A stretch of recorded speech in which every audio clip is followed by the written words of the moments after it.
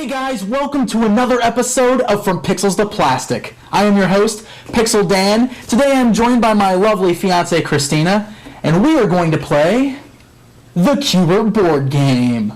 Oh yeah! Hot on the heels of the 1982 arcade hit game came Q Bert the board game from Parker Brothers. Video games that end up transitioning into board games are usually hit or miss. Either they do a decent job of capturing the idea of the video game and it's fun, or it just flat out fails miserably. So how does Q Bert fare? Well, let's take a look. Let's start by taking a look at the game box. The box art features an image of the orange hero hopping down the familiar cube pyramid with several familiar characters such as Coily right on the box.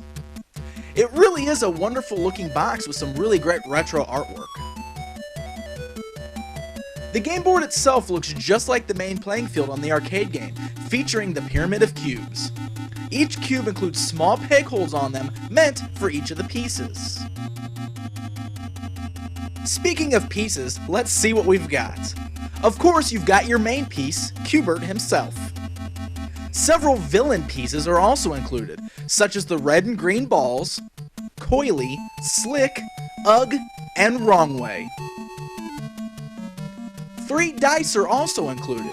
You got an 8-sided dice, a 6-sided die, and a character die that has the names of each of the villain characters on it. You also get a tube that you use to roll your die in without the other players being able to see what you rolled. Then we have the pegs. These end up being the most important part of the game, as these will determine the winner. So, you ready to learn how to play? Now be warned, as compared to some of the other board games I've reviewed in the past, the instructions for this one are a tad more complicated. But once you understand them, the game is fairly easy to play, so just stick with me here. The game is only made for 2 players. One player starts the game by playing as Q Bert, and the other player plays as the villains. The goal of the game is to collect as many white pegs as you can with Q Bert before the player controlling the villains captures you. Once this happens, you switch roles, and the person who was the villains is now playing as Q Bert, trying to collect as many pegs as they can. When controlling Q Bert, you use the 8-sided die and the tube. You roll the die in the tube to determine how many spaces you move, and without the other player being able to see what you've rolled.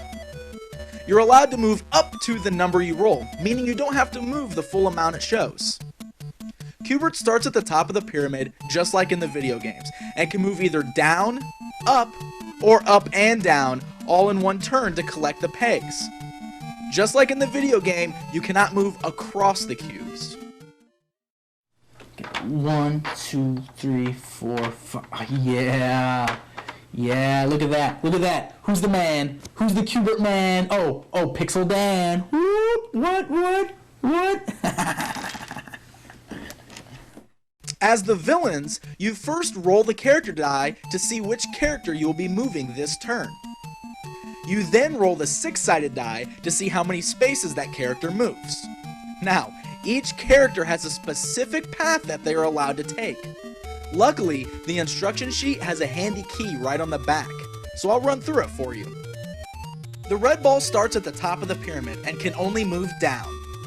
If the ball lands exactly on the same space as Q Bert, then he is captured, and that player's turn as the hero is over. The green ball moves very similarly, but it cannot capture Q Bert. Instead, if Q Bert crosses over the space occupied by the ball, he gets stuck and his turn is over, meaning he doesn't get to move the full number of spaces that the die told him he could. Coily starts also at the top of the pyramid, but can move around the board the same way as Q Bert. If Coily lands exactly on the same space as Q Bert, then Q Bert is captured. Now Slick can only move down the board, and he cannot capture Q Bert. However, for every cube he jumps on that is missing a peg, the peg must be returned. This simulates the colors being changed back on the cubes like in the video game, and can really end up ruining the hero player's turn. Alright, okay.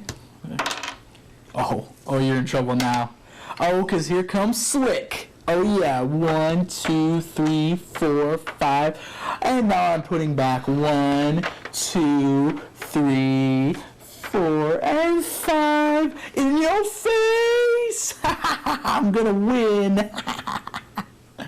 Then there's Ugg and Wrong Way. They only move either left or right across the board on the pegs that are on the sides of the cubes.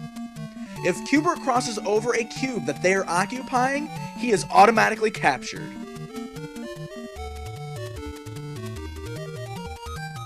So, once the player controlling the villains has successfully captured Q Bert, the two players switch places.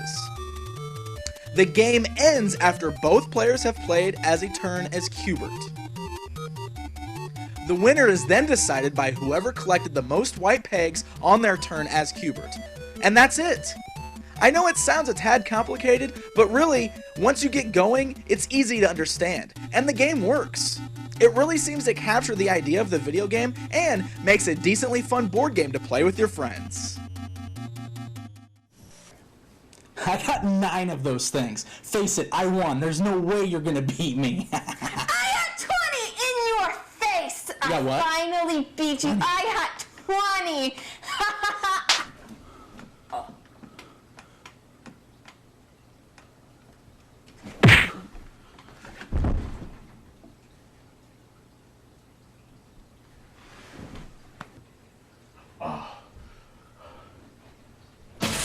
Come on, come on.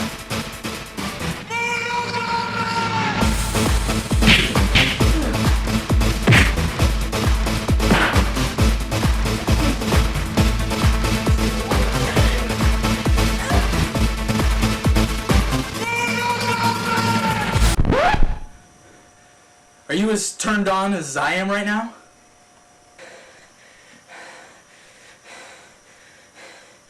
Uh-huh.